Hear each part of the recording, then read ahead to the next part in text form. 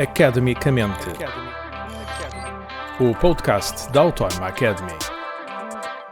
Os desafios dos empresários portugueses. Alguns são velhos, outros são novos, mas sim temos desafios em cima da mesa. É o tema deste episódio de Academicamente e para nos ajudar a descobrir estes desafios, convidamos Fátima Geada, é coordenadora do MBA em Gestão de PMEs aqui na Autónoma Academy.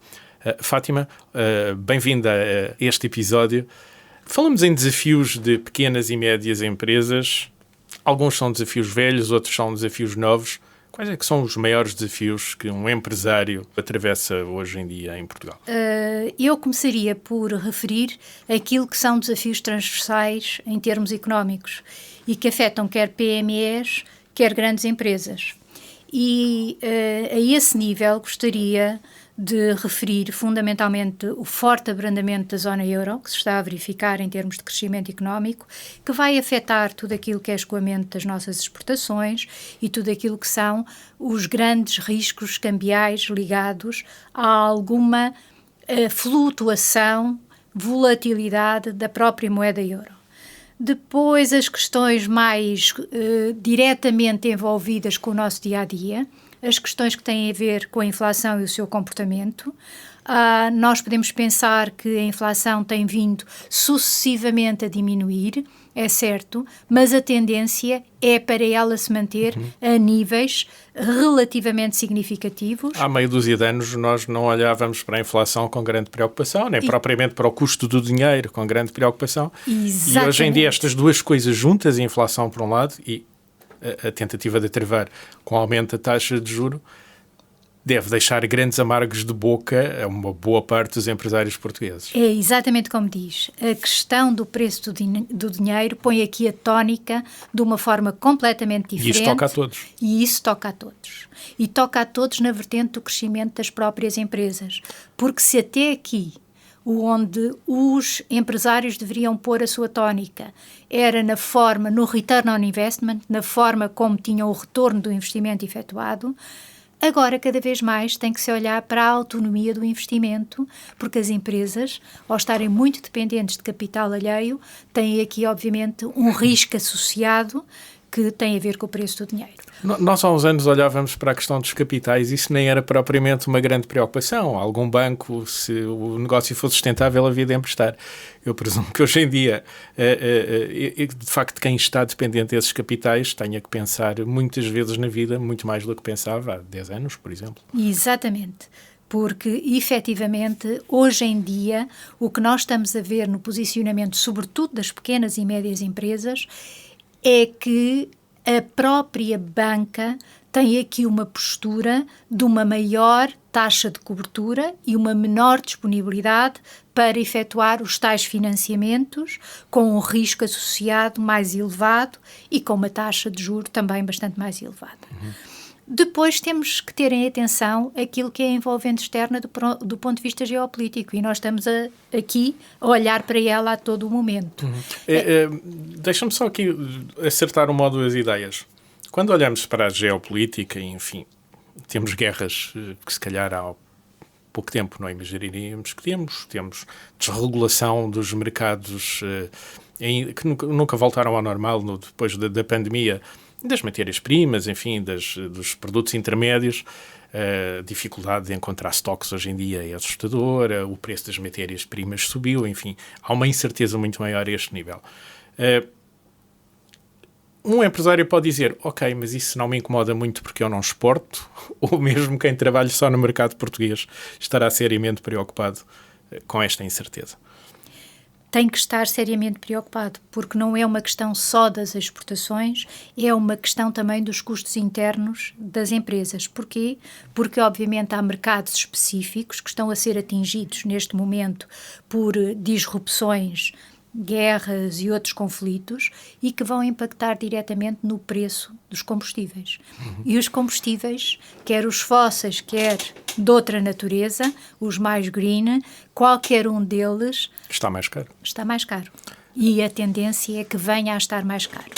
E é muito interessante ver o Risk Focus 2024 da ECIA, em que é colocado desde logo como principais riscos estes riscos que eu acabei de referir, a taxa de juros, a taxa de câmbio, o preço dos combustíveis, que até há bem pouco tempo eram riscos que estavam já considerados básicos, já estavam controlados. Dos novos riscos que temos, apesar de serem antigos, mas enfim, não olhávamos para eles no médio prazo, estes são aqueles que mais podem assustar um pequeno, médio empresário. Estes são, sem dúvida, riscos muito relevantes para um pequeno e médio empresário, associados a outros. E dentro dos outros, eu citaria 2. Um que é o risco de regulação, tudo aquilo que tem a ver, por exemplo, com o reporting não financeiro obrigatório a partir de 2024 para as empresas. E que vai obrigar a um alinhamento com os indicadores green, portanto, com os GRIs, com os ODS da União Europeia, etc. ODS, vamos traduzir aqui por miúdos, mesmo para empresários que estejam um pouco mais... São indicadores do ponto de vista de ambiente, social e de governação, que até agora não eram sequer tidos em consideração pelas organizações, ou muito pouco no âmbito das pequenas e médias empresas. Sobretudo as grandes organizações sempre tiveram em atenção estes ESGs, não é? Exatamente. A governança, o termo em português é mesmo este, não é? É, governação, governança. O ambiente, não é? E a componente social. Isto hoje em dia está no prato do dia dos pequenos empresários também? Também por uma questão muito simples. Porque a banca dá privilégio, dá maior disponibilidade de financiamento às empresas que são cumpridoras no âmbito desta estrutura de ESG. E, portanto, dificulta o acesso ao crédito às outras empresas. Isto só assim, que é um aspecto muito direto e muito focado. Só assim já é um susto. Só assim já é um susto. Sem ir para questões mais elaboradas, que têm a ver necessariamente com as questões ligadas ao trabalhador. E aí a vida também mudou um bocadinho, não é? Ora, nem mais. Aí eu citaria um outro risco muito interessante e que simultaneamente é um risco e uma oportunidade. Também não vamos ver só do ponto de vista negativo. Mas temos o teletrabalho. O teletrabalho surgiu como algo extremamente desafiante, sobretudo para as pequenas e médias empresas, porque as grandes, de alguma maneira, tinham uma estrutura do ponto de vista tecnológico, informático, etc., que lhes permitiu responder com grande eficácia a esta nova vertente. O caso das pequenas e médias empresas também estão a responder e a responder com eficácia, mas sem dúvida que é um desafio. É um desafio em permitir, em controlar e em utilizar da melhor forma possível aquilo que é o teletrabalho. Mas eu digo que é uma oportunidade porque também aí vamos ter o outro contraponto, que é uma forma de estarmos mais verdes, entre aspas. E pode haver também ganhos de eficácia, se for bem feito, presumo.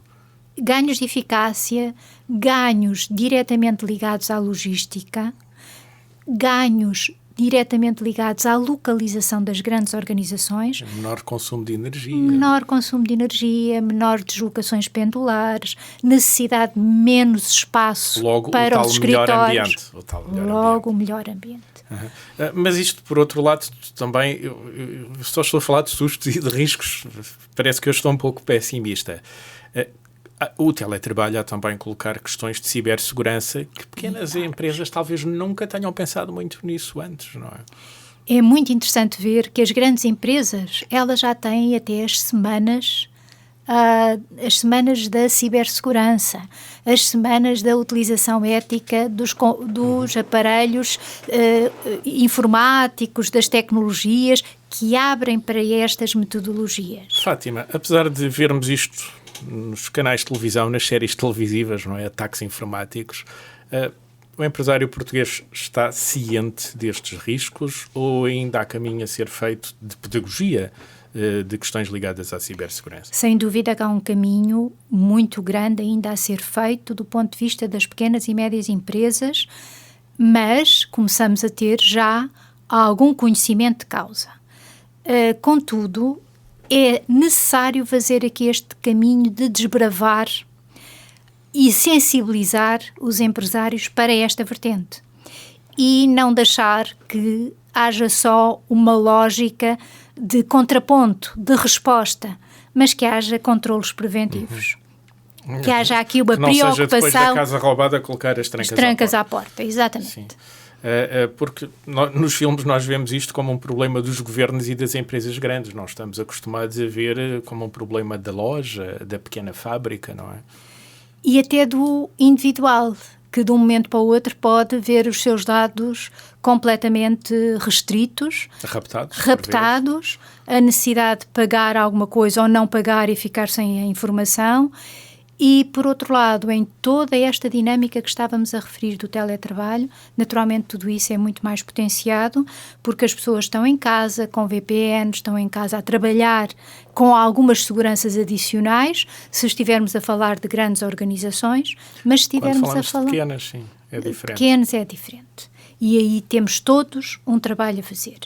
E as universidades são, sem dúvida, um ponto fulcral que nós devemos utilizar para poder passar esta informação. Para promover esta pedagogia? Promover esta pedagogia, sem dúvida.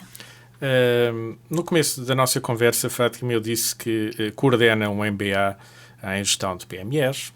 A maior parte do tecido empresarial português está aqui dentro, até muito em microempresas, mais do que pequenas microempresas. Quem é que frequenta este MBA? Quem é que são estes pequenos, médios, pequeníssimos empresários? É muito interessante, realmente, o nosso tecido empresarial em Portugal, 99% são PMEs. E quem tem frequentado estas pós-graduações, estes MBAs, são fundamentalmente, exatamente, pequenos e médios empresários. Temos alguma frequência também de alunos que vêm, portanto, da licenciatura e querem constituir uma formação adicional, mas são já pessoas... Fátima, desminta-me se eu estiver errado. Muitas vezes a licenciatura tem um enfoque nas metodologias das grandes empresas, das grandes corporações e não tanto nas microempresas. Sem dúvida. Aliás, os aspectos teóricos que nós todos, enquanto professores, procuramos transmitir nas licenciaturas são um abrir portas do ponto de vista racional para os alunos poderem depois investigar, eventualmente até serem investigadores. Portanto, o contexto da envolvente que é dada numa licenciatura não tem a ver com o aspecto prático, focado e muito direcionado de um MBA desta natureza ou de uma pós-graduação desta natureza. Sem dúvida. Normalmente cresci profissionalmente na Marinha Grande, é um sítio onde há muitos pequenos microempresários com uma dinâmica enorme, não é? Deve ser das zonas onde há mais vivacidade no tecido empresarial português aqui em Portugal. Cruzei-me muito com pequenos abridores de negócios, alguém que é bom na sua profissão, torna-se excelente na sua profissão e abre o seu pequeno negócio. E, por norma, são pessoas que sabem muito da profissão que exerceram, mas também muito pouco do negócio. Isto continua assim. Hoje já temos empresários um pouco mais espertos, não só na profissão, mas também na gestão do negócio. O que nós notamos cada vez mais é que os empresários estão também eles cada vez mais preocupados em terem conhecimentos nas áreas de risco, financeira e muito focado naquilo que é o seu próprio negócio. E é muito interessante vermos, mesmo até os nossos jovens, com muita frequência os nossos jovens, a nível até do secundário, têm componentes ligadas à música. Mas não temos nenhuma componente ligada aos aspectos fiscais, financeiros. Ao negócio da música.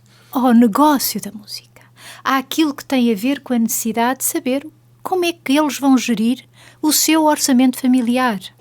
Como é que vão fazer um orçamento de tesouraria mais tarde, quando forem empresários, pequenos e médios empresários. Como é que vão gerir as suas necessidades de financiamento? Como é que vão obter as melhores propostas dos seus fornecedores? Tudo isto são questões que a nível da licenciatura não se aprende. Este MBA em pequenas e médias empresas tem um foco muito específico, que é a construção de um business case. E eu devo-vos dizer que nos últimos anos já tivemos vários casos de negócio que deixaram de ser casos para serem realidade. Passar a ser negócio. Para passar a ser realidade de negócio. Eu presumo então que num MBA desta natureza, em que há pessoas que querem abrir o seu próprio negócio ou pessoas que já têm o seu negócio, trabalhar este business case, não é? À sua medida, à medida da necessidade real ou daquela que imagina que vai ter, deve ser crucial. É fundamental. E é tão fundamental que ele não só é fundamental na aprendizagem, como é fundamental depois na realidade futura do próprio aluno, que é empresário. Porque é orientar os conhecimentos científicos técnicos e até aquelas expertise que os próprios professores, que neste caso são, por norma, pessoas ligadas aos negócios, mas é o aluno a olhar já para o seu próprio negócio e a pôr em prática aquilo que virá a ser ou que é o seu negócio. E, simultaneamente, é o aluno a ver se a ideia que teve sobre o negócio tem viabilidade económica e se adequa ou não à realidade onde ele vive. E também quais são os riscos que lhe quais vão bater são à os porta. riscos que vai ter pela frente. Aliás, uma das componentes fundamentais do MBA é exatamente a avaliação e gestão de risco. De risco. Durante esta nossa conversa falámos várias vezes em risco. Estamos a falar de desafios dos empresários portugueses, dos pequenos e médios empresários portugueses, também dos microempresários, mas muitas vezes falámos aqui de riscos. Então, estar ciente destes riscos, eu calculo que no mundo confuso em que estamos a entrar, isto não vai passar, não é? Deve ser crucial. Sem dúvida. E quando nós falamos em riscos, o grande desafio que se coloca logo é como é que os vamos medir devidamente para uma determinada organização ou para um negócio. E exatamente no MBA nós temos a capacidade de dar, até porque, enfim, os professores, como dizia bem, estão todos muito ligados ao mundo empresarial, quais são as melhores metodologias para a avaliação de risco, como é que elas devem ser monitorizadas. Não temos que navegar à bússola nestes riscos e vamos ver como é que corre, não é isto? É incomportável isto. É incomportável cada vez mais. O que devemos fazer é ajustar muito bem a bússola previamente e não deixar que a agulha... Mas temos uma bússola. Mas temos uma bússola. Okay. Temos que ter uma bússola e uma metodologia que nos indique onde é que é mesmo o norte. E é aí que é o grande desafio que nós temos neste MBA, é efetivamente as componentes de preparação para ter um negócio próprio, como avaliá-lo, como poder levá-lo à realidade e que metodologias é que estão por trás para essa avaliação e para essa implementação na realidade económica. Calculo então que num mundo empresarial com velhos riscos, com novos riscos, se deve apostar então nesta pedagogia da avaliação de riscos, da gestão do risco, do conhecimento do seu próprio negócio. Sem dúvida. E que se aposta também neste MBA para as pequenas e médias empresas. É exatamente nessa vertente que o MBA procura apostar. Presumo que seja por isso que ele existe. É exatamente por isso que ele existe. Procura apostar em professores que não são meramente académicos, obviamente que têm uma estrutura académica robusta, não é?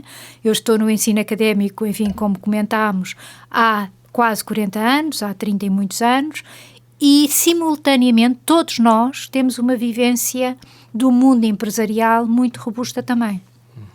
E esta experiência para os alunos é aquilo que eles pretendem, é terem do outro lado alguém que já viveu estes assuntos e que os está a acompanhar hoje no dia-a-dia. Nós andámos aqui a meter medo nesta conversa com riscos, não é? Começámos a conversa pela inflação, que apesar de estar a abrandar, provavelmente não voltará tão cedo aos níveis a que estávamos habituados, o preço das matérias-primas, o preço da energia, a incerteza no crédito, a maior dificuldade no acesso ao crédito, o novo mundo em que entramos com teletrabalho, com todos os riscos, mas também com todas as oportunidades. Falámos muito também destes ESGs, não é? Do ambiente. Há financiamentos para a economia circular hoje em dia, encontramos muito isso, sobretudo nos programas ligados a PMEs, que são financeiramente apoiados por verbas comunitárias. É preciso estar atento a esta nova economia mais verde, mais circular? Sem dúvida, porque, como eu referi, não é só uma questão da banca e do financiamento e da preferência dos mesmos, mas é cada vez mais uma preferência dos consumidores. E os consumidores estão cada vez mais exigentes nesta vertente. E, portanto, se mais não fosse, o facto dos empresários quererem estar no mercado de uma forma concorrencial, efetiva, positiva, leva-os a que tudo isto que acabou de referir, sobretudo a economia circular, a economia mais verde, tenha que ser tomada em consideração.